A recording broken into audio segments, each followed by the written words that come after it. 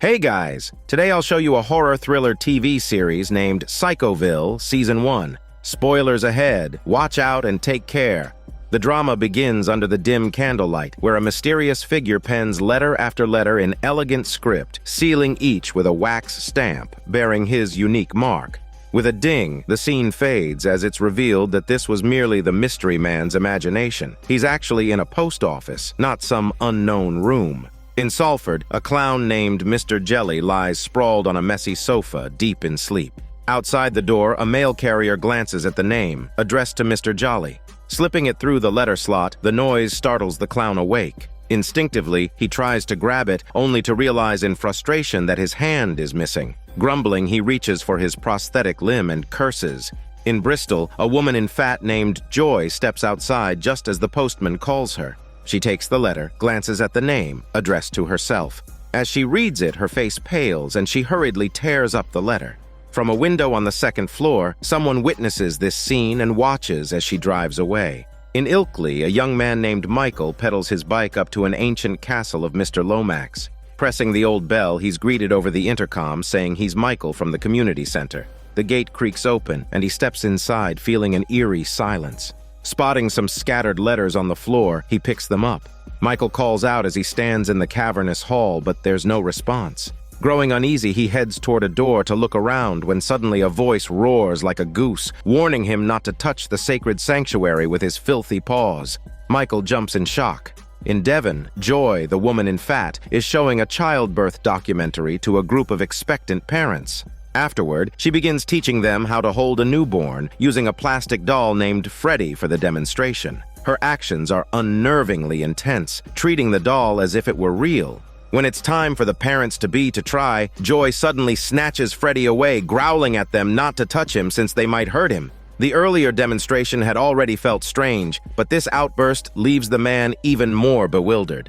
Seeing Joy fuss over the doll like a real baby, he mumbles that it's just a Barbie toy. But Joy doesn't reply, whispering to Freddy that it won't be long now. The clown drives up to a client's house with an unopened letter still on his windshield. Entering the house, the woman of the house informs the kids that Mr. Jolly is here. Annoyed, he grumbles that it's Mr. Jelly, actually. Due to the similarity between Jelly and Jolly, he's often mistaken for the other, and his erratic behavior now seems to worry the woman. Back at the castle, Mr. Lomax, who seems to be blind, listens to Michael's self-introduction. He says he knows Michael is doing community service as a punishment for his theft. Michael sheepishly admits it. Leading him further inside, Mr. Lomax suddenly offers a bowl of red berries, startling Michael. Michael, not in the mood, declines. Mr. Lomax chuckles and asks if it's not fresh enough for him. Michael admits, only to watch as Mr. Lomax tosses the fruit onto the floor without a care, without a trash can in sight. The two of them sat down, chatting. Michael doubted whether Mr. Lomax was really blind, so he tested him but got no reaction. He then asked if he should start reading the letters now. The old man asked if there was one from NASA. Michael replied no, but there was one from the bank. Mr. Lomax grumbled loudly that NASA never listens, and then told him to read the one from the bank. Michael opened it and read the balance of 2 million. Mr. Lomax pressed to ask about the pence. Michael answered it's 4 pence. The old man nodded contentedly, saying it's a lot of money. That's because he sold a very valuable product. Michael, curious, asked what it was, but Mr. Lomax replied he's not telling him since it's none of his business. He then tells him to read the next one. Michael continued with the next letter. When he mentioned it was a Father's Day card, Mr. Lomax shouted for him to throw it away, along with those rotten plums.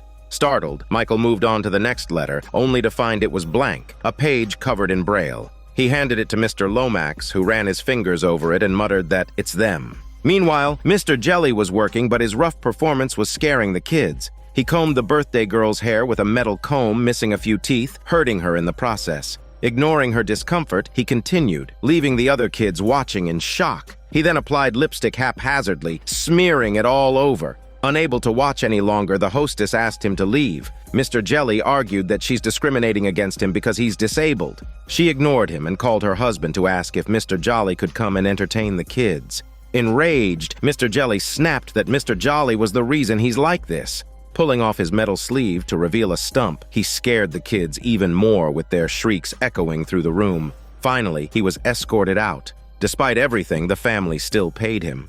Elsewhere, the man who had been spying on the plump woman's sexy body retrieved her torn-up letter and pieced it back together. It read, "I know what you did." He couldn't help but ponder the meaning. In Eastbourne, a delivery man arrived. In a dressing room, 6 dwarves were complaining about the room's poor condition. During their conversation, the 7th dwarf entered with a letter in hand. His name was Robert, and he mentioned that he'd soon be delivering Debbie's letter. The other dwarves teased him, joking about his crush on Debbie and whether he planned to deliver himself along with the letter. Feeling uncomfortable, Robert told them to stop. In his frustration, he accidentally broke a mirror on the wall, silencing the others. In London, a mother and son were talking about famous historical assassinations. The mother tickled her son, David, who responded to her questions with enthusiasm. When he answered correctly, she praised him but decided they'd stop there for the day. David, however, wanted to continue the discussion. She told him, "That's enough for today, and they will continue tomorrow." She then asked him about his job. David proudly replied that he was a butler now. She asked about his previous job at the kindergarten, to which he responded that they'd found him too frightening and fired him. David prepared to leave. As his mother started playing the piano with her headphones on, David quietly grabbed a kitchen knife on his way out, not noticing the letter left on the floor by the door. Back with the dwarves, Robert gazed longingly at Debbie. After a moment, he handed her the letter. Debbie, however, couldn't tell him apart from the other 6 dwarves until he mentioned his nickname from the theater. She noticed one of the letters was addressed to Robert himself. Taking it, he casually asked Debbie out for dinner. Misunderstanding her response to a question from the stage crew, he thought she had accepted. Debbie quickly backtracked, saying she'd think about it. Disappointed, Robert walked away. When he opened his letter, he froze as it read the same words. "I know what you did." Panic set in. As dusk settled in, Michael continued reading the letter in the ancient castle, but to him, it was all just irrelevant nonsense. When Mr. Lomax mentioned the next letter, Michael replied that he needed to leave by 5. Mr. Lomax told him to pack up the letters and they would continue tomorrow. He then asked to be taken to the front door. As they stepped out of the room, Mr. Lomax asked Michael to check if the sanctum door was locked. Michael went to check, and when he turned back, he was startled by Mr. Lomax, who had followed him. He assured the old man that it was locked. Mr. Lomax pointed to an empty wall nearby and asked if he saw that painting, which is worth a fortune, and Michael's predecessor was very fond of it. And then there's the vase. These he would never sell. Absolutely not. Michael noticed both items were missing but didn't mention it. Just as Mr. Lomax opened the big door to let him out, Michael said his goodbyes, quickly stepped outside, and then rushed back in, as if he had a different plan. Mr. Lomax seemed oblivious to his actions, and Michael managed to get hold of the keys. Meanwhile, the dwarf Robert found his colleague Brian and shared the letter's details. Brian was busy applying makeup, seemingly preparing to play the role of the Wicked Queen. After hearing that Debbie had agreed to go on a date with Robert, Brian wished him well, and he guessed the letter alluded to something related to the adult films Robert had done in the past. Robert was surprised Brian could figure that out, explaining that he had been desperate for money at the time. Brian comforted him, saying it had been many years and no one would suddenly remember. He told him not to be bothered by that prank letter. Robert felt relieved. Brian was much better company than his dwarf friends. In another room, a play was unfolding, featuring a group of detectives solving a murder mystery. Just as a woman screamed in a chicken voice, the kitchen door was supposed to swing open, but it got stuck.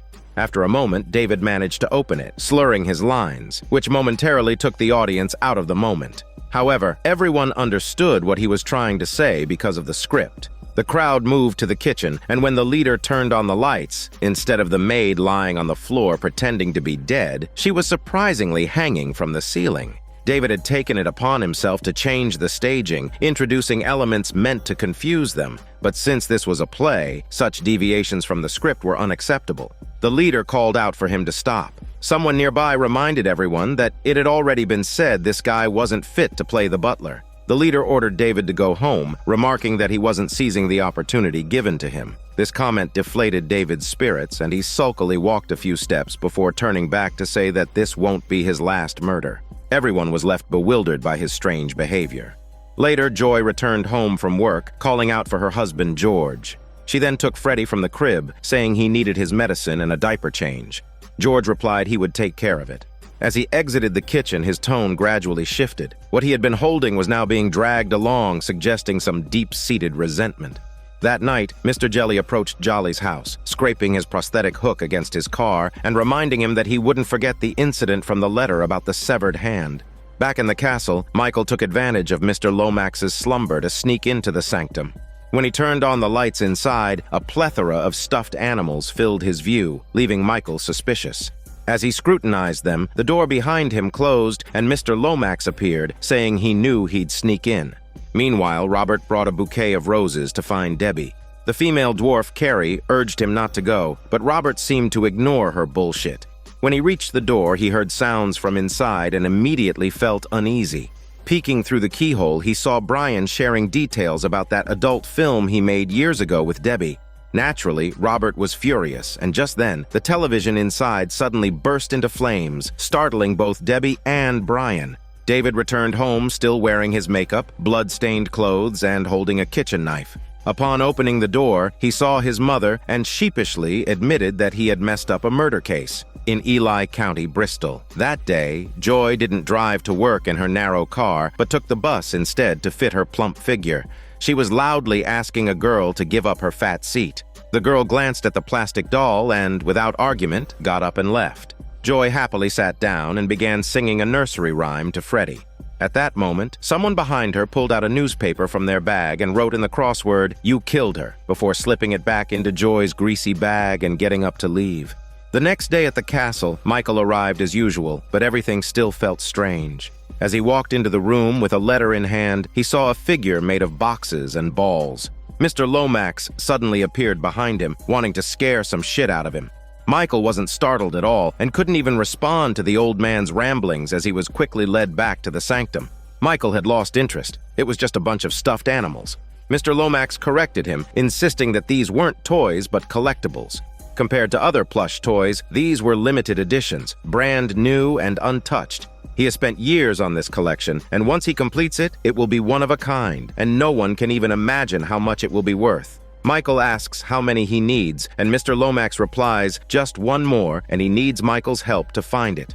At David's home, a phone call came through but went to voicemail. A strange voice on the other end wanted to talk about David's killing. David's mother, Maureen, picked up the phone, apologizing for being busy. The caller asked if David was home. Maureen replied her son was still sleeping like a pig. Just as the caller was about to gather his thoughts, Maureen interrupted, saying she would go grab a pen. The mysterious voice continued, wanting to talk about David's killing. But Maureen cut in again, saying she can't write this down since David chews on pens worse than a dog. She hung up and went to find another pen. The mysterious caller thought she was still on the line, adjusted his tone, and said, "You killed her." Maureen returned and said she found the pen, urging him to continue. The caller, losing patience, hung up angrily.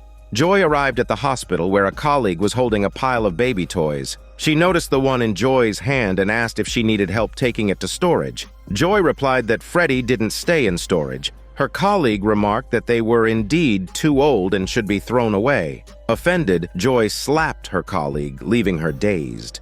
Back at the castle, Mr. Lomax instructed Michael to use the computer to search for a photo. They found the missing plush toy, a Snappy Crocodile. Mr. Lomax explained it was a limited edition, only 100 made for the Japanese market, but during transport, 99 were lost in a plane crash, leaving only one that washed up on Fiji. By the time he got there, they had already claimed it for themselves. Michael asked who they were, and Mr. Lomax angrily replied they were two witch sisters who play on eBay. Michael looked at the newspaper that had been handed to him, which featured photos of two overweight women. Mr. Lomax continued, saying that the owner eventually agreed to sell it to him, but not long after he lost it again. Michael said it was a shame. It was currently being auctioned online for 48 pence. Mr. Lomax remarked that it was ironic since he once put in so much. Michael, puzzled, asked what he had given. Mr. Lomax slowly took off his glasses, revealing his bright, expressive eyes. At David's home, Maureen came into his room to wake him up and told him that a man with a deep voice had just called. David muttered that it was probably his former boss and refused to get up. Maureen then asked about the blood-stained clothes. David told her to ask his former boss. Just then, Maureen heard a noise at the door and hobbled over to find a new letter. She noticed yesterday's letter too, and after opening it, saw the words, "I know what you did." A thought began to form in Maureen's mind. At the Snow White theater rehearsal, the director was guiding the performance, but the dwarves weren't very enthusiastic, as they'd done this routine many times before and could easily meet the director's expectations. During a break, Brian came over, and by this time the story of Robert's involvement in certain films had spread. The other 5 dwarves teased him, with Brian even claiming he'd found all the films starring Robert. Carrie tried to comfort Robert, telling him to ignore the others, but Robert wouldn't have it, only saying he'd get back at them. One dwarf commented that it's a self-love retaliation, which made everyone roar with laughter. Debbie walked over to Robert and asked if he remembered their date. Surprised, Robert replied he thought she didn't want to go. Brian tried to butt in, but Debbie said she'd rather spend time alone with Robert and winked at him. Outside an elementary school, Mr. Jelly drove aggressively, knocking over a school sign. When he got out of the car, he saw Mr. Jolly's car nearby. What a coincidence! Inside the classroom, Mr. Jolly's performance had the kids laughing non-stop. At that moment, Mr. Jelly walked in, interrupting the show. Mr. Jolly didn't mind and tried to keep the act going. The teacher watching was suspicious of Mr. Jelly. Seeing that Mr. Jolly handled the interruption successfully, Mr. Jelly interrupted again, unable to resist, and stormed onto the stage, pulling out his own shabby, grotesque doll. The kids began booing him as he tried to scare them with the doll's severed limbs. The teacher, alarmed, started dialing on the phone. Mr. Jolly reminded Mr. Jelly that the judge has already issued a restraining order, so he can't come within 100 meters of him. Mr. Jolly continued the act, asking the children if they should call the police officer. They all agreed, and a police puppet appeared, holding a DV camera. Mr. Jelly exclaimed that was his idea and he stole it. Then he began moving the set around and attacking Mr. Jolly. The children were stunned by the scene before them. After a few hits, Mr. Jelly sensed something was wrong, turned around, and saw the police arriving. He was then escorted out of the school. Meanwhile, a mysterious figure wrote, "You killed her," with a severed hand on the back window. Back at the castle, Michael and Mr. Lomax prepared for the final moments of the auction, with just over 3 hours to go. Meanwhile, the Chubby sisters were also browsing the items and quickly noticed the Snappy Crocodile. Seeing the starting bid of 48 pence, they were shocked, and after some discussion decided to place a bid of 52 pence.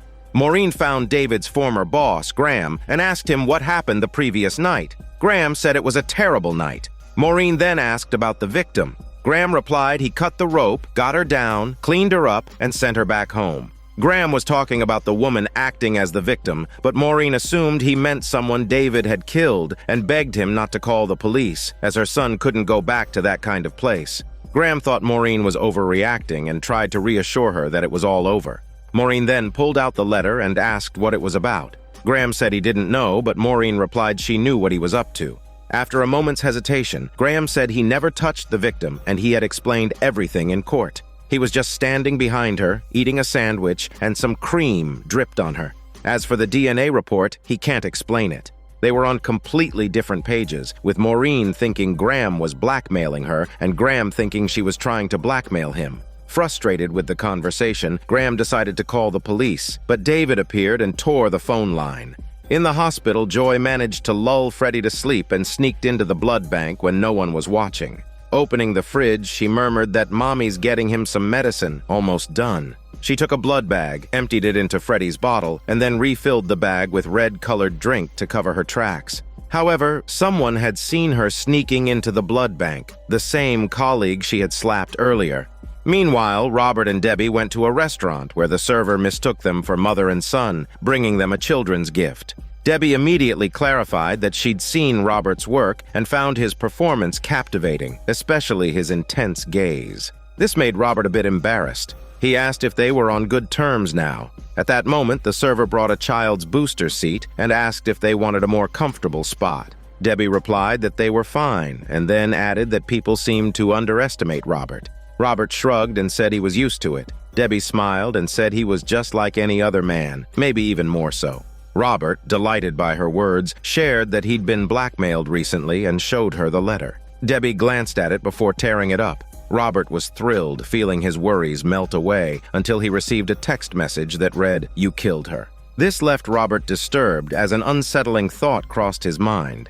Back at the castle, the bid for the Snappy Crocodile had reached 2.89. Michael wondered aloud why Mr. Lomax didn't just bid 100 or 1,000 to scare off other bidders. The old man replied that he was saving his ace for the end, and besides, a high bid might raise suspicion, possibly leading to the item being taken down. The bid soon rose to 3.1, and Mr. Lomax guessed it was the Chubby sisters again. With an hour and a half left in the auction, the sisters had started reaching out to the seller. The bid reached 3.29, and the sisters raised it to 3.5. Michael asked if they should raise it higher, but Mr. Lomax advised waiting, saying they'd make their move in the final minute. Meanwhile, David and his mother were flipping through books on famous killers, trying to choose a method to imitate but couldn't make up their minds. Maureen asked Graham what he thought, but he was tied up and gagged, unable to respond. After much discussion, they decided on an accidental drowning in a bathtub. Maureen instructed her son to fill the bathroom with water while she apologized to Graham, explaining that she couldn't be separated from her son, especially not in a place like that. She said she heard someone was killed there. As she went to the bathroom, Graham struggled desperately to break free. Checking the bathtub, Maureen noted the water was too cold, saying he would freeze before he drowned. She told David to get some hot water and she would add some bath gel. As David went downstairs, Graham managed to break free. David shouted that Graham was escaping. Maureen told him to chase after Graham, saying they'd be in trouble if he called the police, and then opened a window to check outside. Hearing a car screeching to a halt, she told her son not to worry, it was over. At the theater, Debbie was chatting with Robert. He mentioned he'd once been in a psychiatric hospital because he'd thought he was a werewolf. He'd since been treated, but while he was there, a woman had been killed, and now someone was texting him, accusing him of the murder. Debbie didn't seem fazed, staring at him for a moment before giving him a kiss and awkwardly admitting that she couldn't stop thinking about him. She even suggested acting out a scene from Snow White. Robert, momentarily forgetting about the text messages, asked if she'd already planned how to do it. Debbie nodded in agreement. Joy returned home from work, greeted her husband George, and began talking about her day. George took out the newspaper from his bag, intending to check the crossword, but he noticed the message and handed it to Joy. Her face changed as she saw it, and she quickly grabbed the newspaper, stuffing it into her bag. Meanwhile, Robert glanced at the text message before noticing Debbie, dressed as Snow White, singing outside. He put away his phone, saying he'd be right there, then took off his smelly pants and stepped through the backstage door, only to be greeted by a blinding spotlight, which triggered an uproarious laugh from the audience. Once again, Robert had been set up. There was no romantic surprise waiting for him, only disaster. Debbie had orchestrated the prank with everyone else, and Brian was spewing insults mercilessly. Amid the laughter, the only one who remained silent was the dwarf Carrie, who looked on sympathetically at the unfortunate Robert. Furious, Robert lashed out, causing the spotlight to short-circuit and explode, knocking down the dwarf operating the lights. Brian remarked that Robert just can't take a joke. In the castle, as the auction neared its final minute, Michael started counting down from 80 seconds, but Mr. Lomax remained calm, preventing the equally anxious Michael from placing a bid, still waiting for the perfect moment. Meanwhile, the Chubby sisters were on edge, watching the seconds tick by and unsure what would happen next. As the last minute arrived, the bidding war began. Mr. Lomax started with 50, and the sisters countered with higher bids. The bids kept climbing higher. The seller's wife noticed the excitement and urgently called her husband to look, as the bid had reached 320. She mentioned that someone had even emailed offering to negotiate a price. Alarmed, the husband, Bob, instructed her to remove the item, but by then, the bidding was at 400. Mr. Lomax shouted 500. Bob, now panicking, said, "If someone's bidding that high, this thing isn't simple." His wife replied that it was too late to cancel, to which he said if she learned anything about computers. With no other choice, she called their son for help. With only 10 seconds left, Michael counted down as Mr. Lomax raised it to 9,000. The sisters countered with 10 cents more. Bob and his wife were frantic, and Bob urged his son to come downstairs quickly. As the final seconds passed, Michael asked Mr. Lomax if they had won, but all he saw was the word "canceled" on the screen. The son had successfully removed the item at the last 3-second mark, and Bob praised his son. The scene shifts to a strange dream where the trial of Mr. Jelly began. Mr. Jolly accused him of stealing his ideas. Although Mr. Jelly kept insisting it was actually Mr. Jolly who had stolen from him, the judge declared Mr. Jelly guilty, sentencing him to lose a hand, with Mr. Jolly executing the punishment. Waking from the wet nightmare, Mr. Jelly looked at his severed hormone-let-go hand, and just then, there was a knock at the door. He opened it, but no one was there, only a tape labeled "Play Me" left on the ground. Frustrated, Mr. Jelly grumbled who would use videotapes anymore since everything's on DVD now. Around the corner, the mysterious figure who had left the tape overheard him and looked down at the tape in his hand, realizing his idea might have been a bit outdated. At the hospital, Joy enthusiastically explained the process of water birth, still holding the plastic doll Freddy. When she finished, a colleague approached, telling her that her husband had called, asking her to come home quickly. It seemed her colleague hadn't taken any action yet. At David's house, he and his mother were eating when David picked up the newspaper and read that Mr. Graham had been hit by a bus. Police were summoning everyone who'd seen him that day for questioning. Maureen then asked her son who else had witnessed the murder. David pointed to a photo in the newspaper and said, "These three." Maureen sighed, saying that now they'd have to take care of 3 more people. David suggested why not make it 4, since 5 murders just makes him an executioner, but 6, that's a serial killer. At Bob's house, the family searched every corner, but the usually easy-to-find Snappy Crocodile was nowhere to be found. Bob grew increasingly anxious, knowing that plush toy was now worth a fortune. He and his wife argued over its disappearance. Their son sat on the stairs, deep in thought. Because it was usually his mom who organized everything, Bob pulled back the curtains and mentioned that the conjoined twins buyers and the eccentric Lomax had already arrived, so they had to find the crocodile immediately. The son saw his mom heading upstairs and called out to her, but she brushed him off, saying not to bother her. In the car, Mr. Lomax was talking to Michael and told him to check why nobody was calling. Michael noticed he was holding a pack of gum and asked how long he had had that phone. Mr. Lomax replied that it had been many years, but no one ever called him. Michael didn't point out the misunderstanding. Mr. Lomax sighed, saying that if he could get his hands on the Snappy Crocodile today, years of dreams and wealth beyond imagination would soon be his. Just then, Michael's phone rang. He answered, exchanged a few words, and hung up. Mr. Lomax asked how it went. Michael replied they were ready. Meanwhile, Mr. Jelly drove to a party and once again saw Mr. Jolly's car. When he went inside, he spotted Mr. Jolly, who turned around, asked Jelly what he was doing here, and if someone's mixed them up again. Flashing back to earlier times, Jelly still had both hands, and his tricks were a big hit with children. He was passionate about being a clown, and his schedule was always packed. But one day, his right wrist suffered an injury from overuse, and the doctor recommended a minor surgery to fix it. As Jelly lay on the hospital bed, the doctor, lowering his mask, asked if he was a clown. Jelly admitted it. The doctor said, "It's interesting. We now recognize that this doctor was the man who would later become Mr. Jolly." After the surgery, what should have been a simple procedure turned into a catastrophe, and Jelly lost his right hand. The doctor assured him not to worry. Modern prosthetics worked just fine. Jelly was fitted with a prosthetic hand. Determined to adapt quickly, he even demonstrated his skills for the doctor. The doctor, observant and quick to learn, soon mastered Jelly's techniques. Jelly sensed something was off, but didn't dwell on it. During his recovery, Jelly continued performing, but his prosthetic hand couldn't fully replicate the agility of his lost hand, and his shows began to falter. Seeing the growing dissatisfaction on his clients' faces felt like a stab to his heart. After that, Jelly started to spiral. He lost more and more clients over time. One day, he arrived at a client's home and was shocked to see the doctor from before dressed as a clown, performing his own tricks. The sight filled him with a mix of anger and disbelief. Returning to reality, he glared at Mr. Jolly. Even the name seemed like a deliberate mockery of him, and he charged at him in rage.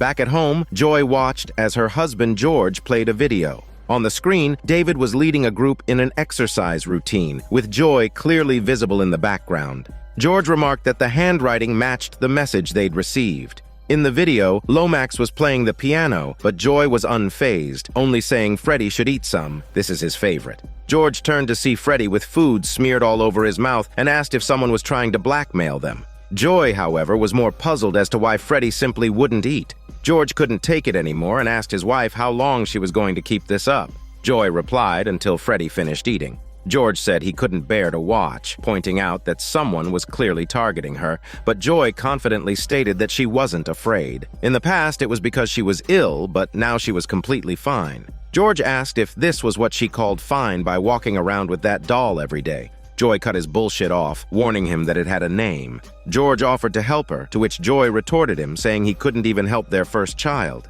George's face changed as he asked how she could say that and told her not to bring that up. Joy said if God wouldn't give her a second child, then she would be God herself and she didn't need him or anything from him. George, growing agitated, said, "It's not a child, it's just a toy." Joy stood up in anger, and George continued to say, "It's just a piece of plastic junk." As he stood, the plastic bowl fell. Joy looked back and with a delighted expression said, "It's come to life," and hurried over to talk to Freddie. George, staring at the bizarre and absurd scene before him, was left speechless.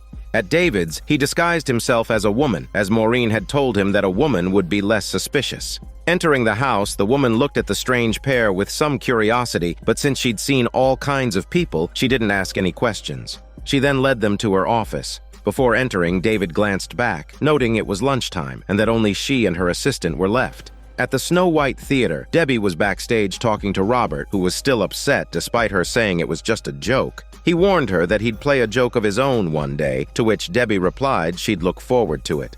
Just then, a staff member called for Debbie to get ready for her entrance. Carrie approached Robert, apologizing for last night and insisting she had no part in it, but Robert didn't believe her, saying it was too late now. He then turned to look at the box where Debbie lay. As he stared, the box began to shake, prompting Debbie to sit up and check, only to be knocked out by the falling lid. Not long after, the curtain opened for Snow White's scene, and she appeared to be genuinely asleep.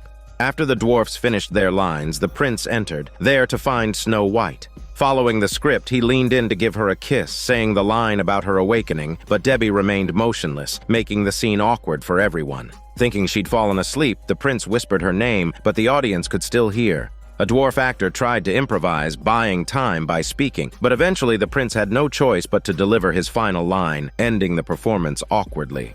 Meanwhile, after a fight, Jelly confronted Mr. Jolly, accusing him of ruining his life and asking why he'd sent him those letters with threatening messages.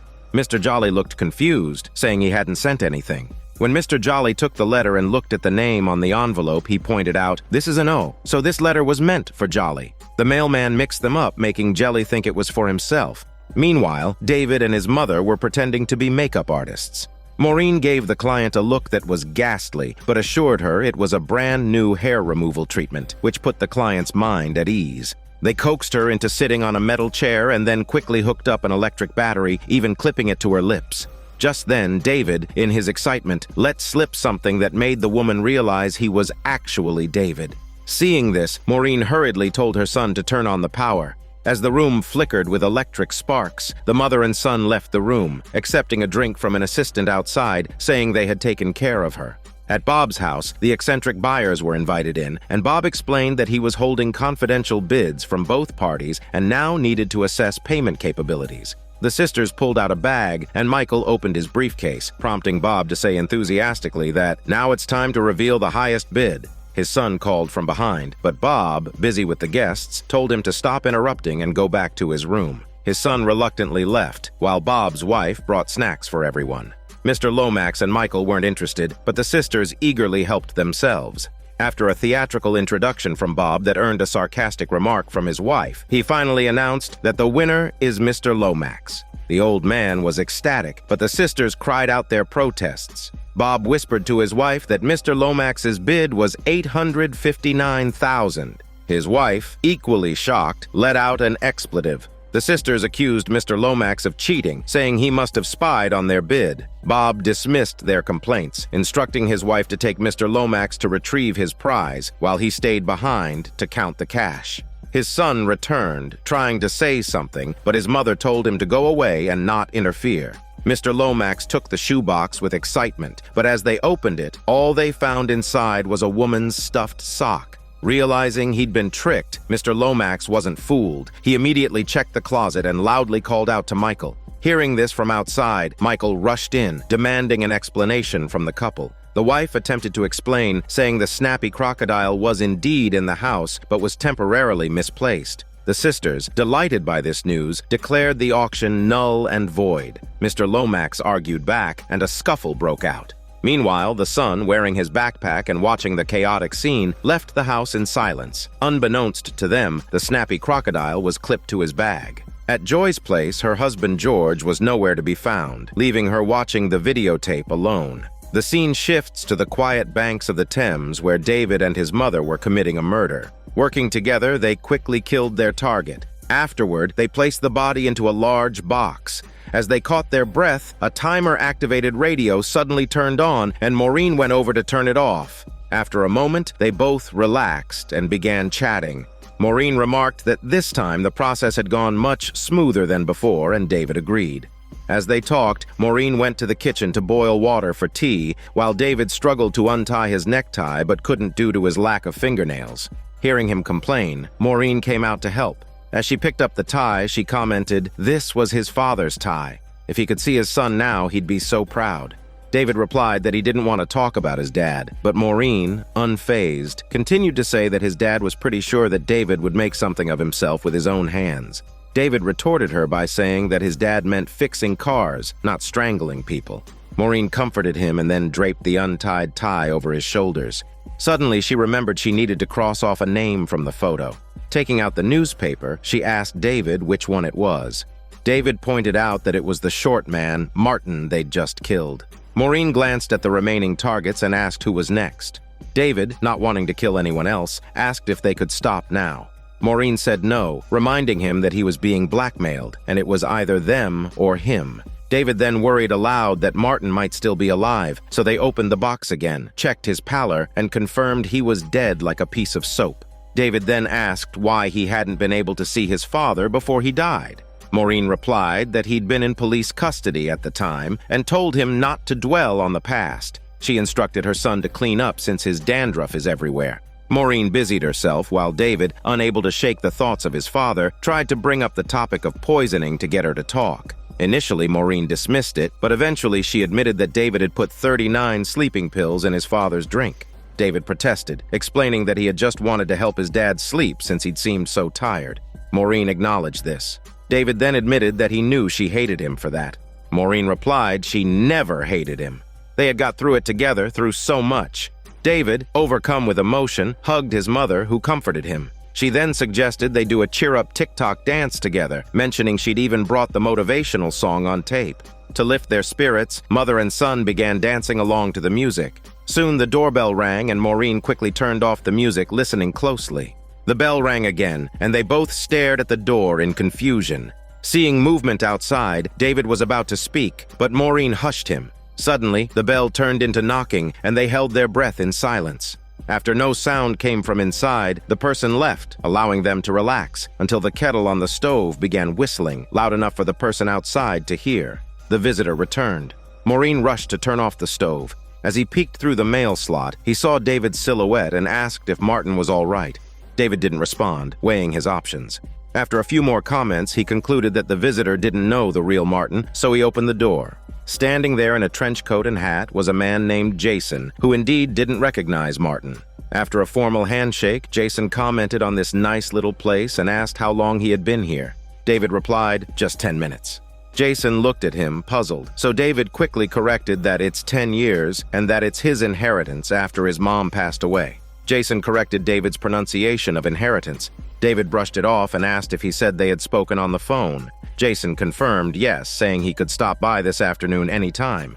David then asked if he wanted to use the bathroom. Jason laughed and said, "Not now." He then asked if he had heard a kettle whistling earlier. David hastily denied it. Jason, undeterred, proposed to get down to business. He walked over to the sofa, placed his briefcase down, and said he's currently investigating a series of murders nearby and if David knew anything about them. David hurriedly replied, "There's nothing in the box." Jason, with a smirk, said, "It's just a prop." David explained it was an ordinary wooden box. Jason assured him that it would soon be clear and bent down to examine it closely. At that moment, Maureen entered with a teacup, conveniently interrupting his actions. She introduced herself as Martin's mother. Jason was puzzled, as Martin had just claimed his mother was deceased. Maureen explained that she was his other mom. They were like sisters. Jason mentioned the box again, and Maureen dismissed it, saying it was just full of trash and not worth looking at. David, seizing the moment, gave the box a kick, which Maureen barely had time to stop. She offered Jason his tea, and he finally introduced himself as a detective. The revelation left Maureen stunned. The man before her was a police officer. Although she had sensed something was off, this confirmation made it real. Jason continued, saying that recent murders seemed to be connected to her son. Hearing this, Maureen tried even harder to get him to leave, but Jason insisted he needed to file a report. Maureen glanced at her son, understanding his intentions, but Jason noticed his expression and expressed his disbelief that Martin still couldn't tie a tie since he's already 38. He offered to show David how it was done. As he adjusted the tie, he continued discussing the case, while Maureen subtly probed for more details. Jason stated that, although they didn't have much evidence yet, they would be setting traps to catch the killer, who would face the gallows. David, horrified, exclaimed that capital punishment was abolished in 1964. Jason reassured him, saying the mention of hanging was just a metaphor. The conversation then shifted to the topic of police work, and Maureen casually mentioned that David had once dreamed of becoming a policeman, but couldn't fit his large head into the hat. Jason expressed his love for detective work, likening himself to Sherlock Holmes, unraveling threads and piecing clues together to uncover the culprit. Meanwhile, Maureen and David whispered to each other behind his back. At one point, Maureen slipped and called David by his real name. Jason turned, surprised, and asked who David was. Maureen feigned ignorance, replying, "There's only Martin here." They managed to play it off, and Jason, none the wiser, went on to say that many psychopaths fantasize about killing their fathers and marrying their mothers. Hearing this, David choked on his water. Maureen paused for a moment, then shrugged, saying that wouldn't be so bad. "There's just one left." David, attempting to backtrack, said he was only trying to help him. Sensing he might say too much, Maureen instructed him to fetch some biscuits. Standing next to the knife drawer, David didn't catch on and asked which cabinet. Maureen repeated the one with the knives. David, still confused, asked again. Maureen, flustered, clarified it's the one by the knives. Finally, David caught on. David went into the kitchen as the two continued talking. Jason asked about Martin's job, and Maureen deflected, saying she didn't involve herself in his work and didn't even know what he did. At that moment, David rushed back in, shouting for gloves, and pushed Jason aside to retrieve them from under him. Embarrassed, David claimed he'd forgotten to grab his gloves. Maureen, improvising, explained that David had a chocolate allergy and couldn't touch it directly. Jason, unfazed, continued his questioning, asking if Martin had been in any altercations or done anything harmful to others recently. Maureen insisted that her son was well-behaved, and the worst thing she could recall was him breaking a neighbor's window with a soccer ball when he was little. At that moment, David silently approached Jason from behind with a plate in one hand and a knife in the other, moving closer to strike. Just then, the cuckoo clock struck the hour, breaking the silence. Jason turned around, catching a glimpse of David's menacing expression, and for a brief moment, time froze. David quickly recovered, held out the plate, and asked if he would like a biscuit. The knife's just in case he wanted to cut one in half. Jason chuckled and replied he thought he would be greedy and take a whole one. He then casually mentioned that he was just discussing with Maureen that the killer might have had a personal grudge or vendetta against the victims. Sensing the tension, Jason announced he was going to the restroom. Maureen told him to feel free, and as he stood up, he asked where it was. Neither of them knew the exact location. Maureen stammered, saying it's upstairs just where it usually is in a house. Jason asked if it was on the left or right, and David told him to just follow the smell. Slightly embarrassed, Jason headed upstairs. As soon as he left, both David and Maureen grew tense. Maureen asked why David hadn't struck when he had the chance. David explained that the clock had interrupted him. Maureen muttered that they needed to find a way to get rid of him, maybe by saying they had somewhere to go. David asked where to go. Both were at a loss. David was starting to suspect that Jason had figured something out, especially since there was still a body in the box, so they needed to deal with the body. They pulled it out of the box, looking for a place to hide it. While upstairs, Jason didn't wash his hands, making the timing even tighter. When he returned and opened the door, Maureen quickly blocked it, claiming that she couldn't move for some reason and asking him to wait a moment. But this wouldn't hold for long. Once David had hidden the body, Maureen stepped aside. As Jason entered, David told him to come with him since he had figured out a clue about the murder. Jason sat down, then mentioned that he'd left his notebook in the bathroom. The two quickly restrained him, and Maureen volunteered to fetch it. As she headed upstairs, she got the idea of using Jason's coat to cover the body and forcibly asked him for it. Initially, he resisted, but David's intimidating glare made him relent. Maureen took the coat, grabbing the knife as well, and signaled to David to strike when he had the chance. She then placed the knife on the shelf and used the coat to conceal the body. Jason continued chatting with David. After Maureen left, David sat down on the sofa and the two sat in awkward silence. Suddenly, Jason's expression shifted and he asked if it's not bad acting. David was stunned. Jason stood up declaring he's here for the audition. He knew he was supposed to play a killer, but when he got to the door, he thought being a detective suited him better. But he didn't expect David's mom to join in, though. He confessed that he was so nervous he kept farting. David, taken aback, asked if he was not actually a detective. Jason laughed, saying that he worked at a bank, but he had always wanted to break into acting. When he saw his ad, he thought he'd give it a try since he loved a good suspense thriller. David double-checked, and Jason reassured him, saying his killer performance was fantastic. Especially the look he gave with the knife. He nearly thought David was really going to kill him. David understood and told him to leave now. Jason, however, didn't understand and asked if it's because his performance was not good enough. He promised to make it even more convincing, and he could pretend he's here to arrest him. David shook his head and told him not to do that. But Jason insisted on how he was supposed to play the angry scene since he hasn't even gotten to that part yet. As Jason continued to press him, the body hanging behind the door suddenly moved. David saw it and stood up, shouting upstairs for his mom. Just then, Maureen entered and asked, "What's wrong?" After closing the door, David glanced at the body, which had been stabbed, and muttered that it's fine now. The two of them began whispering to each other, each wanting to speak first. Finally, Maureen got the upper hand, instructing David to bring the car around to the back so they could dispose of the bodies. At that moment, she noticed another stab wound on the corpse, and after a brief pause, reassured him they didn't have any evidence. David started to say something, but Maureen cut him off, telling him to hurry up and keep quiet. She handed him Jason's notebook, and David removed the knife before quietly sneaking along the wall. Meanwhile, Jason said to Maureen that the case he's working on just got solved, and it hadn't taken much time. She asked what he'd found, and Jason dramatically replied he had discovered that the killer was her son. Maureen defended her son, insisting he wouldn't hurt a fly. Jason continued his theatrics, stating the evidence was all around them. This wooden box, the convenient biscuits, and the lipstick on the glass. Maureen, confused, replied that they didn't drink anything.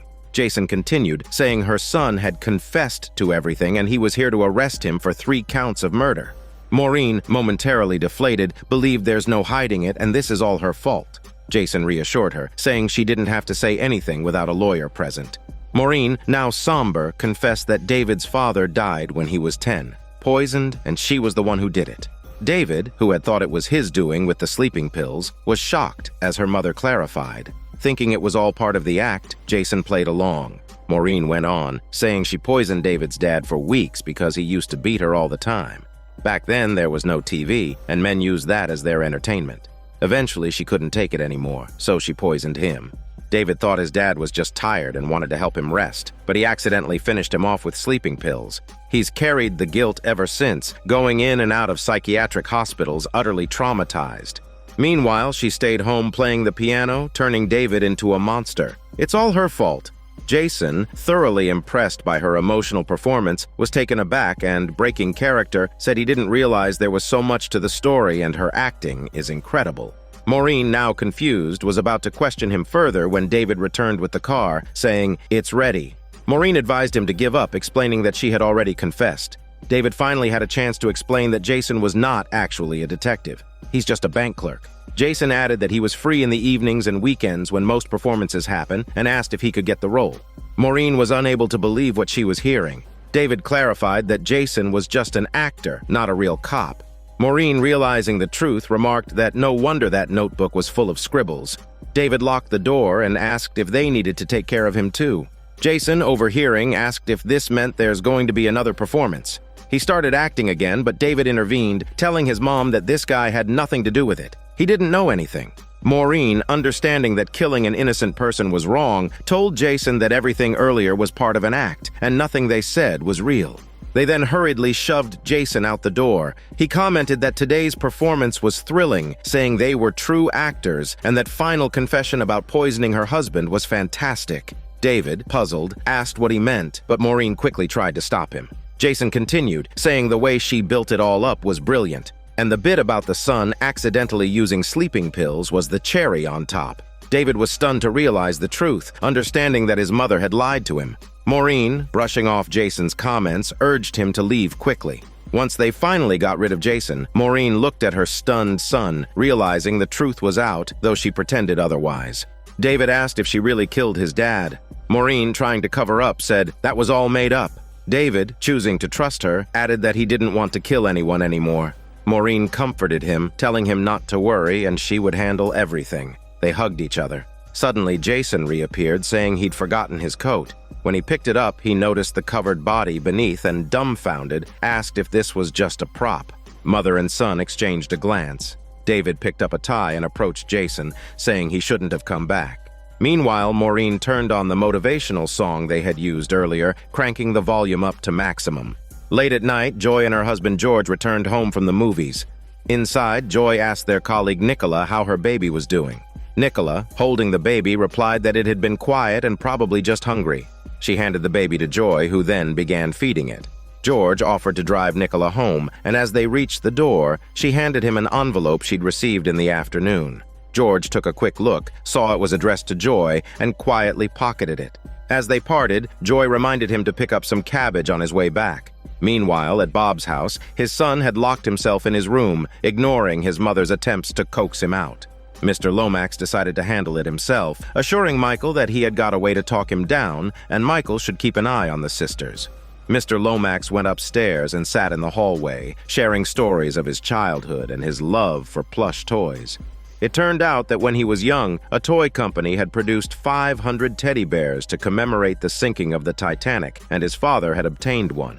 Since then, Mr. Lomax's love for plush toys had only grown, leading him to start collecting as an adult, hoping it would preserve his childlike spirit. Listening from behind the door, Bob's son caught some of this and cracked the door open to hear better. Mr. Lomax, realizing he was at the wrong door, quickly wrapped up his story. Elsewhere, Jelly was with Jolly, whose car had broken down. While they waited for a repair truck, they chatted. Jelly noted that Jolly's knowledge of clown history was a bit lacking, especially regarding his name's resemblance to Jelly's. Jolly explained that his original name had connections to a criminal, so he changed it to Jolly as a near match. The mention of names made Jelly angry. He explained that because of their similar names, even blackmail letters were being sent to him, potentially putting his life in danger. He then pulled out the latest letter, which was also the reason he'd come to see Jolly that evening. Jolly opened it, finding an old key with a crow symbol on it. Just then, the repair truck arrived, and the driver asked, "Who's Jelly?" Annoyed, Jelly corrected him, "It's Jolly." At Joy's house, the news was reporting that London police were investigating an apartment where 2 male bodies had been found in a wooden crate. The identities of the deceased were still unconfirmed. Joy paid little attention to the news, instead focusing on creating a family photo album. Just then, she heard a call of Mom from the intercom. Shutting off the TV, she heard it again through the baby monitor. Overjoyed, she exclaimed to Freddie that Mommy's here. Meanwhile, at the theater, another performance of the Snow White play concluded. The actor playing the prince, who was also the theater owner, commented that Debbie's condition was stable, though she hadn't responded to any medical treatments. He said she just wouldn't wake up and he would take over her role. She usually performs at these events, but now her replacement clearly isn't good enough, so it's his turn. As they dispersed, a staff member handed a letter to Robert, which Brian quickly snatched away, teasing him if the letter was from a fangirl. When he opened it, he found a key and teased further by asking him which fangirl sent him a key. Robert snatched it back, saying mind his own business. Back at Joy's, she entered Freddie's room but couldn't see him in his crib. Then, hearing a noise, she saw Freddie crawling through a pile of toys. When she reached out to touch him, he suddenly bit her. Things escalated quickly as Freddie toppled over the sofa, burst out of the toy pile, and leapt onto her, scratching wildly at her face. Terrified by Freddie's sudden transformation, Joy managed to push him away and fled for her shitty life. Freddie climbed onto a toy car, calling out Mommy, which left her even more frightened. The toy car continued to bump down the stairs, knocking her off balance and sending her tumbling down. At the hospital, Robert brought a teddy bear to Debbie's bedside. He told her this was bought with money collected from everyone. He came to say he was sorry. He didn't think things would end up like this. Finishing his apology, Robert leaned in and kissed her on the forehead. At that moment, the neon lights outside flickered on, and to everyone's surprise, Debbie awoke from her coma, just like a scene out of Snow White. However, she seemed to have lost her memory, asking where she was and then who he was. Just as Robert was about to answer, a nurse entered saying she would get the doctor right away and her boyfriend couldn't stay here. She left after that. Looking at Robert, Debbie asked if he was her boyfriend and how long they had been together. Robert, unsure, gestured with his hands and finally answered 2 years. Late at night, the Wax Museum was especially eerie, with figures of history's most infamous murderers on display. David and his mother Maureen arrived, planning to deal with another witness there. David noted that their meeting time was set for 9 p.m., which was quickly approaching. Glancing at the wax figures, Maureen remarked this place had such a vibe, and maybe one day they would have wax figures here too. They could be known as the mother and son serial killer duo, David and Maureen. While they were chatting, the person they had been waiting for arrived. Maureen told her son to enjoy himself and went off to explore elsewhere. David greeted the newcomer with a flashlight, who remarked that the place was truly creepy. David replied that he actually liked it. When asked why he had called him here, David admitted he had messed up a murder mystery performance at the hotel. Hearing this, the man responded that thanks to David, that hotel no longer works with them. David said he went to see his former boss, Graham. The man replied that for now he's in charge of the team. If David wanted to join, he would still need to go through an interview. David proceeded to list off the lawyer electrocuted and Martin strangled, hinting at something sinister, but the man merely mocked each one without picking up on David's implications. Even when David said he came to find him, the man still thought David wanted to rejoin the team and told him they didn't do the friend of a friend thing anymore. After the conversation, the man looked around at the eerie setting and remarked this place was perfect for staging a murder performance. David murmured in agreement. Meanwhile, Bob's family was playing cards out of boredom. Just then, Mr. Lomax came down the stairs muttering that all their efforts were in vain, that they'd wasted their words. After all that fuss, Bob's son hadn't said a word. Upon hearing this, the twin sisters chimed in, saying, "Now it's their turn." Bob's wife quickly interjected, proposing to give her son some time to be quiet first. Michael volunteered he would give it a shot. As he stood up, Mr. Lomax grabbed him and warned him not to forget what's urgent. Michael, however, was distracted, eyeing the sisters' money bags and wondering to himself. Upstairs, the boy leaned against the door, bored but keeping guard to prevent anyone from entering. Just then, someone slipped a ticket under the door. As he reached for it, it was quickly pulled back. Curious, he opened the door himself. Elsewhere, Joy was slowly waking up. She touched the back of her head and felt blood. Then, thinking of Freddie, she went to the living room. As she sat down, she noticed that the family photo album had been vandalized. All her photos had her face scratched out. At that moment, a voice called out Mom.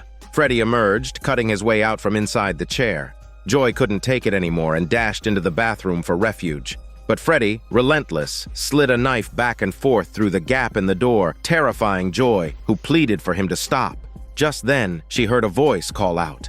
Recognizing her husband George's voice, Joy shouted that something was wrong and opened the door. But there on the sofa lay George, his chicken throat slit by Freddie. Seeing Joy, Freddie coldly announced that Dad is dead. The shock was too much, and Joy collapsed, clutching her chest as her heart gave out.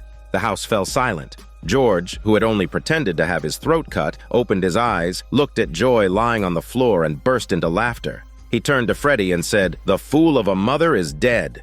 Freddie echoed the sentiment. Then a masked figure in black appeared. Pulling off the mask, it turned out to be their colleague, Nicola.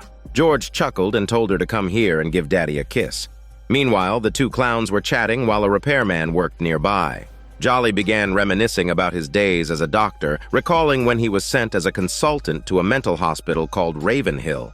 It was controlled by a twisted nurse named Kenchington. Jelly scoffed at the name, wondering if it was even real. But Jolly assured him that was her real name. He continued, recounting how her methods weren't just unethical, but pure cruelty. She didn't see the patients as people at all. She took in patients with mild conditions and deliberately drove them into complete breakdowns. Robert, David, Joy, none escaped her torment.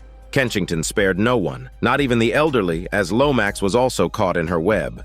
Jolly realized he had to find a way to stop the twisted nurse.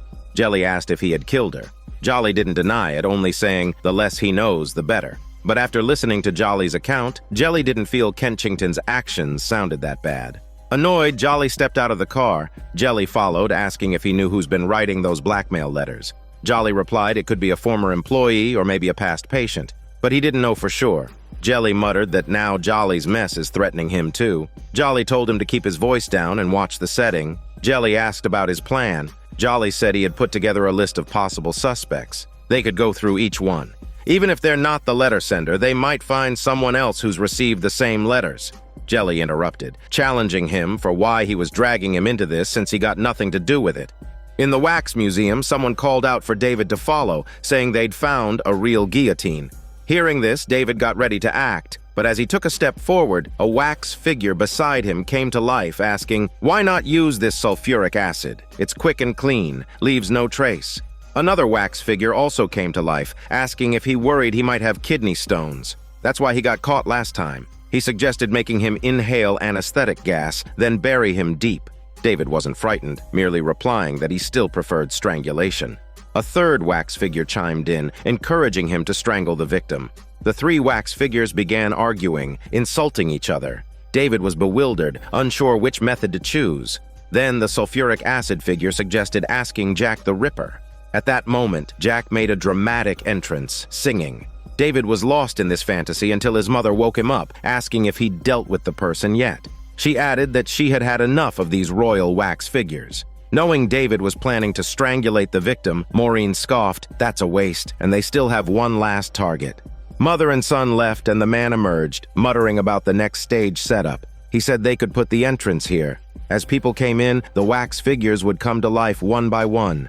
At Bob's house, Michael came downstairs. The twins were the first to ask how'd it go. Michael replied, "It's no use. The boy is ignoring him." Mr. Lomax grumbled. Bob cut in, saying maybe he should go up and straighten his son out. His wife gave him a light smack in response. Just then, Michael asked the twins if they had any cigarettes. They said they were in the car. Michael then asked them to grab one for him. The twins smirked, but seeing Michael's look, they understood and changed their tune, suggesting a bit of fresh air might be nice. Meanwhile, Mr. Lomax started gossiping to Bob and his wife about the twins, but the twins overheard and quipped that they were still here. After a while, Mr. Lomax asked if they had left yet. Bob kept an eye on them and only told Mr. Lomax once the door was shut. Then Mr. Lomax resumed, saying those twins were trouble and they might turn on them. The lady of the house reminded Mr. Lomax that Michael had gone out with the twins. Suddenly, the old man seemed to realize something, and in a panic, he yelled, but he tripped over the sofa. Outside, the twins' car started up, and Bob's son watched them from the second floor, holding a banknote. The car sped off, and Mr. Lomax, several steps too slow, stumbled outside and yelled after the departing car in anger.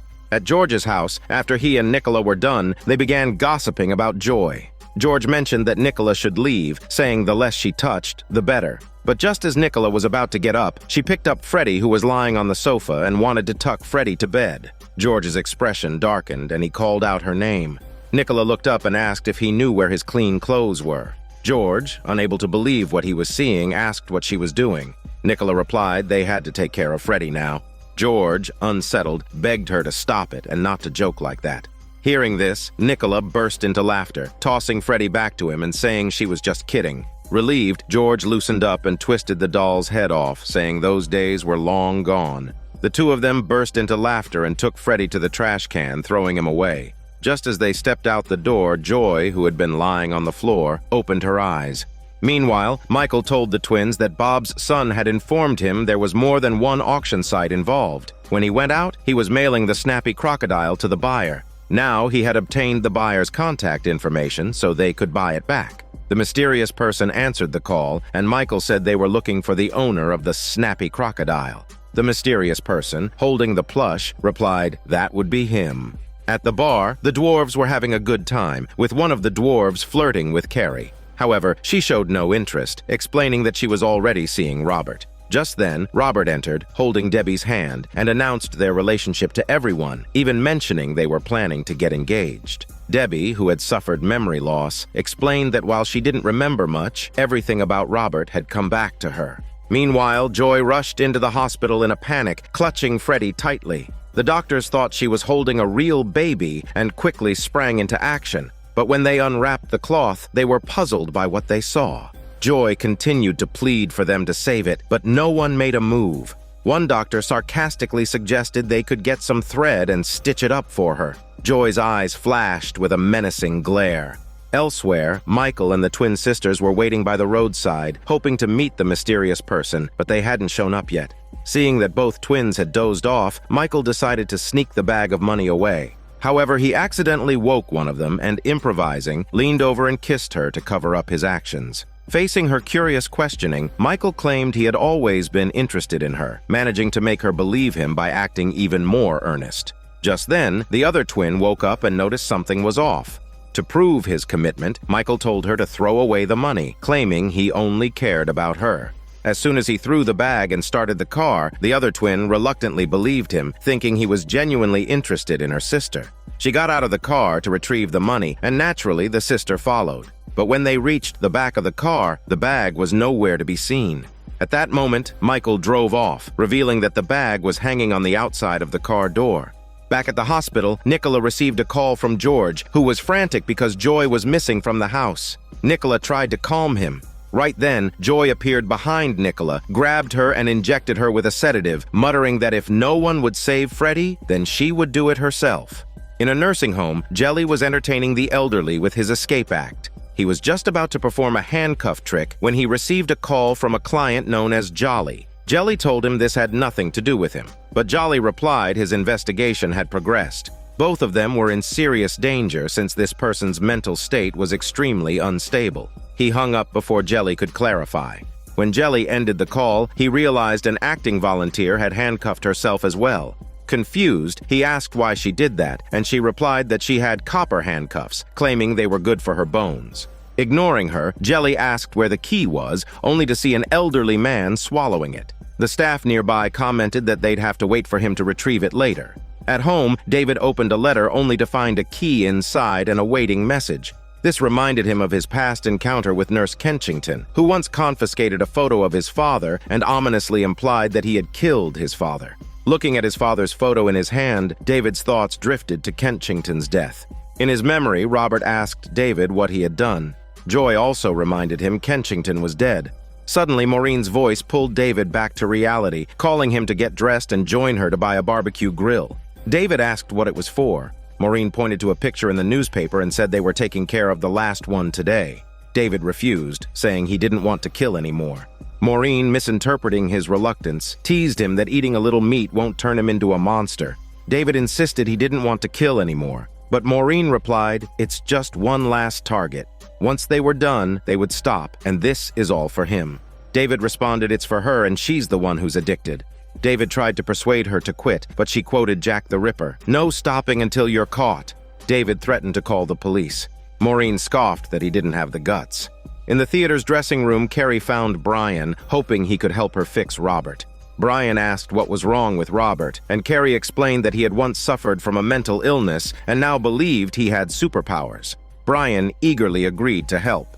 Meanwhile, at the supermarket, Maureen was shopping for equipment when she realized the salesperson helping her was actually her final target. As they chatted, Maureen quickly learned that her son hadn't been talking about real murders, but was merely involved in a murder mystery play. Relieved by the truth, Maureen abandoned her plans to buy equipment. When Jelly got home, he was puzzled to see the door open, as he distinctly remembered locking it. Naturally, the volunteer had followed him inside. They quickly noticed Jolly lying on the floor with a plastic bag over his head. The volunteer remarked that's what he got for playing with plastic bags. Jelly pointed out that it was obvious Jolly didn't do this to himself. Just then, someone entered the house and they quickly hid behind the curtains. The volunteer found the situation amusing, but Jelly told her to keep quiet, though it didn't stop her. Outside, the mysterious person plugged in an extension cord and pulled out a chainsaw, beginning to cut something. Back at the theater, Carrie approached Debbie, attempting to reveal the truth. Robert arrived and, seeing them, scoffed at Carrie that he would never ever look twice at someone like her, and she was jealous of Debbie's height, her looks. With that, he took Debbie's arm and tried to leave. Carrie grabbed him, saying he needed her. Robert coldly told her to let go. He shook her off and left with Debbie. Suddenly, the doors around them slammed shut, startling Robert. Carrie slowly turned to face him and said she was the one with the superpowers. It turned out that all the strange occurrences were Carrie's doing, though Robert had mistakenly believed he had powers of his own. Even after realizing the truth, Robert showed no gratitude and even called her a freak. Debbie, sensing something was wrong, made an excuse to leave, but Carrie wouldn't let her go, using her powers to pin Debbie's clothing to the spot with a pickaxe. Elsewhere, the mysterious person completed his work, and the volunteer remarked that she needed to use the bathroom. Jelly told her to hush. The mysterious person then picked up the phone and called the police, reporting that he had seen two clowns fighting. It was clear he was trying to frame Jelly. Jelly grew anxious, but he dared not move. Only after the mysterious person left did Jelly come out, completely at a loss, though relieved to have the volunteer with him. Her cluelessness, however, started to worry him. At that moment, she picked up a piece of cardboard and said this would be great for cleaning between her teeth. When Jelly took it, he noticed it was stamped with the name Ravenhill Hospital and suddenly had an idea. Grabbing the volunteer, he quickly left. Meanwhile, Joy had stolen an ambulance, bringing Nicola and Freddy to Ravenhill Hospital, where she used a key she had received earlier to unlock the entrance. Once inside, Joy cradled Freddy and said the surgery would begin shortly.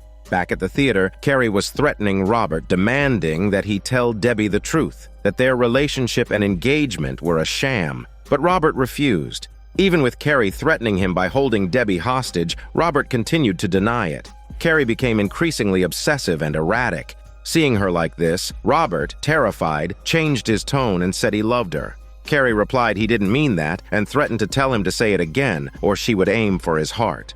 Composing himself, Robert approached and said he did love her, but he loved Debbie more, and with that, he snatched the pickaxe from Carrie's hands. At that moment, the door burst open and a group of dwarves entered.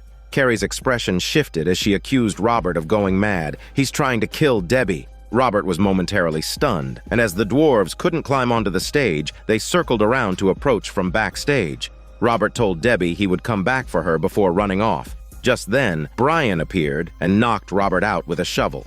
Meanwhile, at Ravenhill Hospital, Joy began her so-called surgery. After reattaching Freddy's head, she started drawing Nicola's diabetic blood to transfuse it into Freddy. Nicola regained consciousness and pleaded to let her go. Joy dismissively replied she was saving Freddy. At that moment, blood began seeping from the plastic doll's eyes. Joy, delighted, exclaimed his cheeks were turning red. Back at home, Maureen entered her son's room, murmuring she couldn't believe they had killed 4 innocent people. The police would catch them soon. Then it's either prison or the mental hospital. She added she would take the pills and they could reunite with his father soon, the whole family together. Saying this, she raised a pillow to smother David, only to be startled by the sound of a balloon popping. Realizing David wasn't in bed, Maureen frantically tried to make herself vomit up the pills, but after a struggle, she collapsed. Elsewhere, with Brian's help, Carrie loaded Robert into a car. Brian asked where she planned to take him, and Carrie replied someplace quiet and deserted.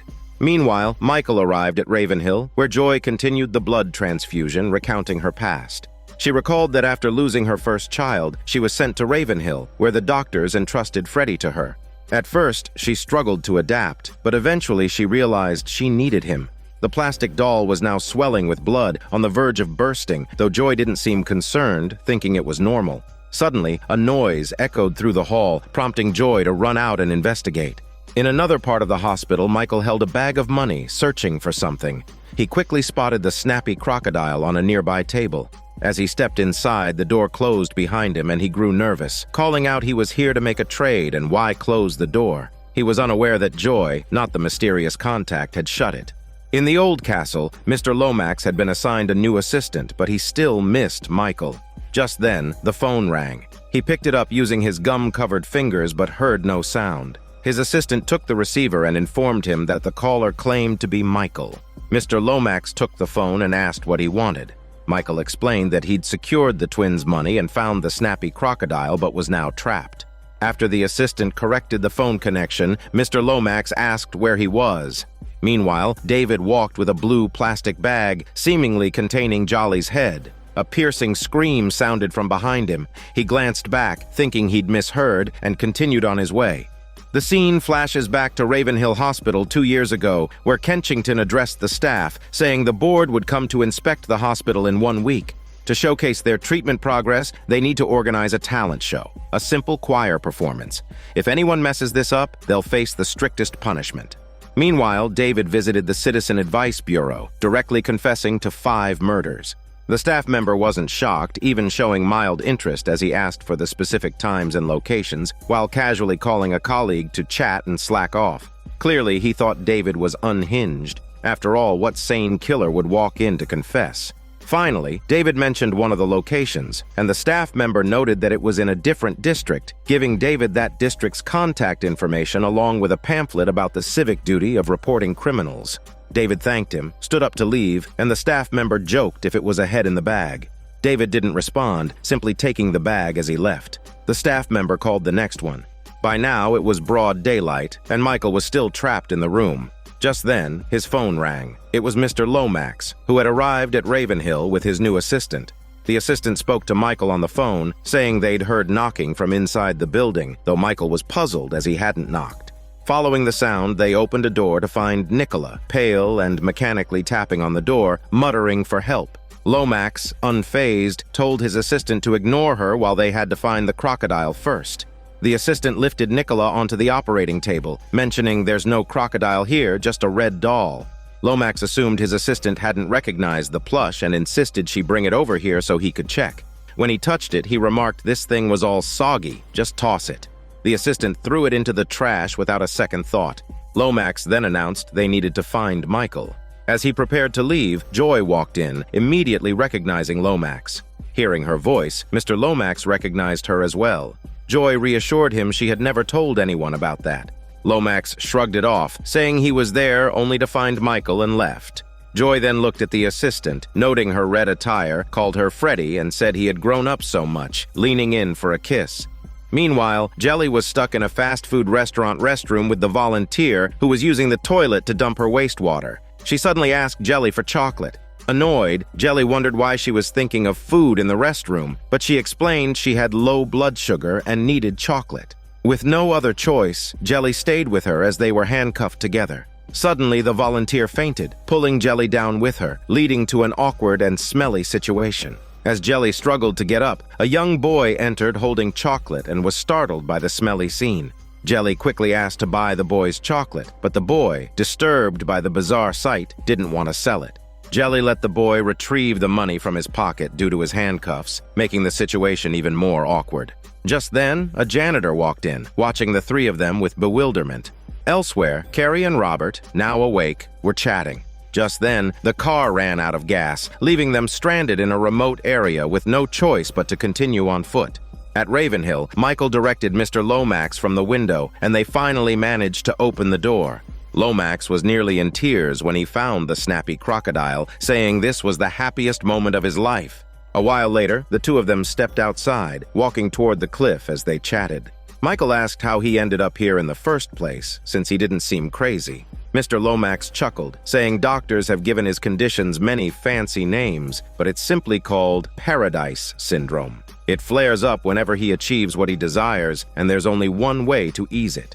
As he said this, he suddenly threw the Snappy Crocodile over the edge. Michael shouted that he risked his life to get that for him, and he just threw it away. Mr. Lomax savored the feeling of loss, then explained that his first collection was completed in 1988, and the price he paid was two of his own eyes.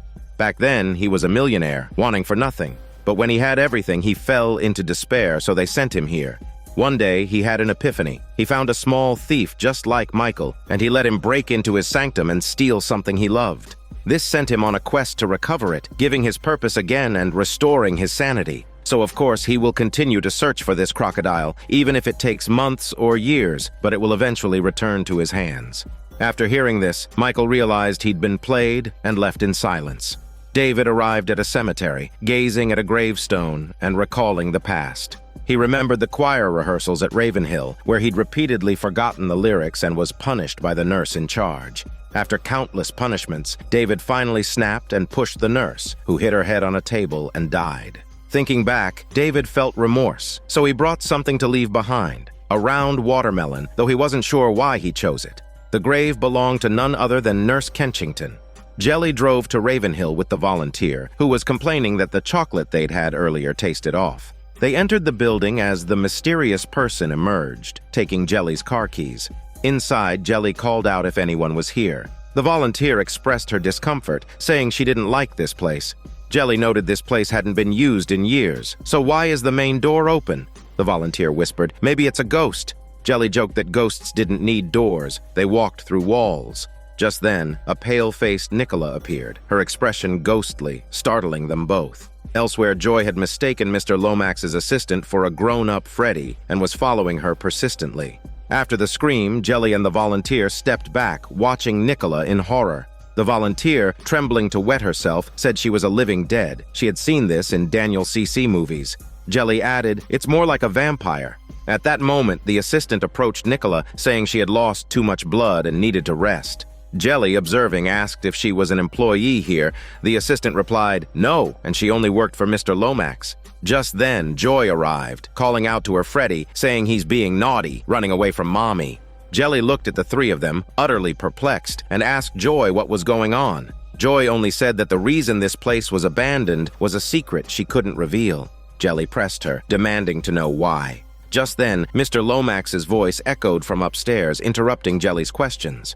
The old man descended, saying they had all promised to keep that secret, and today would be no different. He then asked who Jelly was. Meanwhile, the assistant was shaking Nicola, realizing she was unresponsive. The volunteer said maybe she had low blood sugar too, and there's half a bar of chocolate in the car. At that moment, Michael walked over asking who took the car keys. The assistant confirmed that she'd left the keys in the car. Michael said the keys were not in the car anymore. Mr. Lomax remarked that someone didn't want them to leave this place.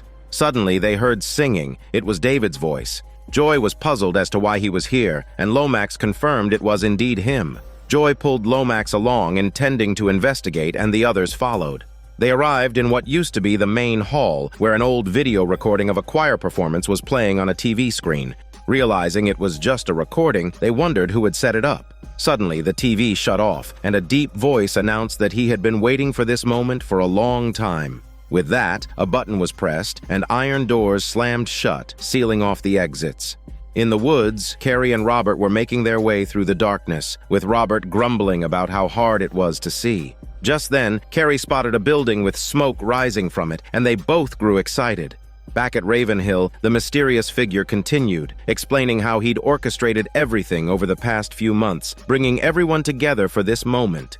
None of them were escaping this time, just as they didn't escape years ago. Joy interrupted that he must be mistaken because David didn't even come. The figure hesitated, admitting he wasn't sure about David's situation. Mr. Lomax chimed in, mentioning the dwarf, Robert. The figure explained that he couldn't fully account for Robert either, but he'd sent the blackmail letters and videotapes to everyone. Mr. Lomax was bewildered since he didn't get any tapes. The figure said he sent them anyway. Each of them got one. Joy raised her hand, saying she'd received hers. Jelly added that he'd gotten his but couldn't play it, suggesting they should have been DVDs. The volunteer, who hadn't received anything, spoke up, only for the figure to cut her bullshit off, saying it's none of her business. At that moment, Nicola began to regain consciousness, mechanically mumbling for help. The figure sounded frustrated, wondering aloud who that was. The assistant tended to Nicola, while the mounting mistakes visibly irritated the figure. Joy tried to reassure him not to get upset. Jelly also urged the guy to hurry up his speech since this lady here had low blood sugar. Frustrated, the figure quickly continued, saying most of them were here because 2 years ago they conspired to kill Nurse Kenchington. A tense silence fell over the room. Flashbacks revealed the events of the past. After David had pushed Kenchington to the ground, Joy was the first to react, saying that if they disposed of the evidence, they could all escape the consequences. She instructed everyone to gather alcohol and other flammable materials. The task of lighting the fire fell to Robert, who eagerly complied. As the flames engulfed the place, Kenchington, though badly injured, was still alive, but they blocked the exits to ensure she wouldn't escape. The figure added that they all conspired to burn her alive. Joy shrugged, saying she deserved it. Mr. Lomax added he didn't really know her. The figure responded he knew her very well. That evil witch they all despised was his mother. With that, the mysterious figure revealed himself to be the clown, Jolly. David sat on the ground before the grave, speaking aloud about all the mistakes he'd made since leaving the hospital. In the stillness of the night, someone unexpectedly begged him to dig him up. Startled, David thought he was hearing things and leaned down, pressing his ear to the ground, urging the voice to speak louder. The voice repeated, asking David to dig him up. David began clawing at the dirt with his hands.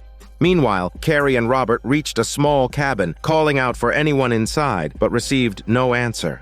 Starving, Robert eyed the soup on the table, saying one sip couldn't hurt. Carrie told him not to touch it and decided to make a phone call first.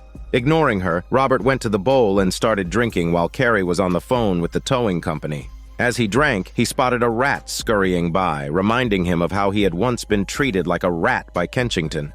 Following the rat's movements, he noticed the phone line was cut. Confused, he asked how she could make a call and who she was talking to. At that moment, Carrie called out to her grandma that she needed help. Robert started feeling dizzy, and a door creaked open as a witch-like dwarf woman appeared, laughing sinisterly. Back at Ravenhill, everyone was shocked to learn that the mysterious figure was Jolly. Joy recognized him as the doctor from before. Jelly, still baffled, muttered that while others had their reasons for vengeance, he had no grudge since he was the victim here technically. Jolly replied Jelly was the main reason. If it hadn't been for the surgery on Jelly's hand, he wouldn't have been forced to leave his mother, and she wouldn't have burned to death. So it did have something to do with Jelly. The volunteer, not following, asked him to explain that again, but Jolly ignored her and simply said they were all going to experience that same pain. Michael interrupted, asking what that meant. Jolly replied that time was almost up. Meanwhile, David had managed to dig up the grave and saw the coffin. The voice kept urging David to free him from this suffering. David lifted the lid, finding only a toad inside, and mumbled if he was supposed to kiss the toad. At that moment, Kensington appeared behind him and told him to get out of her way. David, startled, dropped the toad and picked up the watermelon he'd brought. Kensington, rummaging through her own coffin, seemed to search for something. David, terrified, asked if she was supposed to be dead. Kensington replied she was very much alive. She pulled out a gun, saying the one who should be dead was him, and fired. Then she slowly walked toward the hospital. Inside the hospital, Jolly checked his watch, while Joy complained, urging him to tell what they were waiting for already because her Freddy should be in bed by now, as she hugged the female assistant.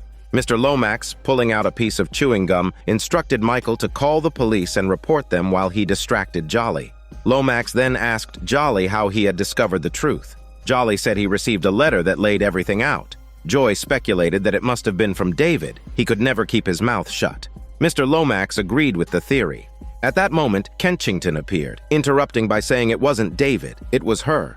Her sudden appearance shocked everyone. Kensington demanded for her lost thing. Joy was stunned to see she was still alive. Kensington insisted she would kill them all if she couldn't get her thing back. Mr. Lomax asked what she wanted. Kensington replied, "It's the pendant." Jolly, realizing his mother was alive, stepped forward to speak, but she ignored him, demanding to know who had stolen the pendant. Jolly glanced at his watch, starting to panic. Kensington snapped at him to be quiet and continued demanding the pendant.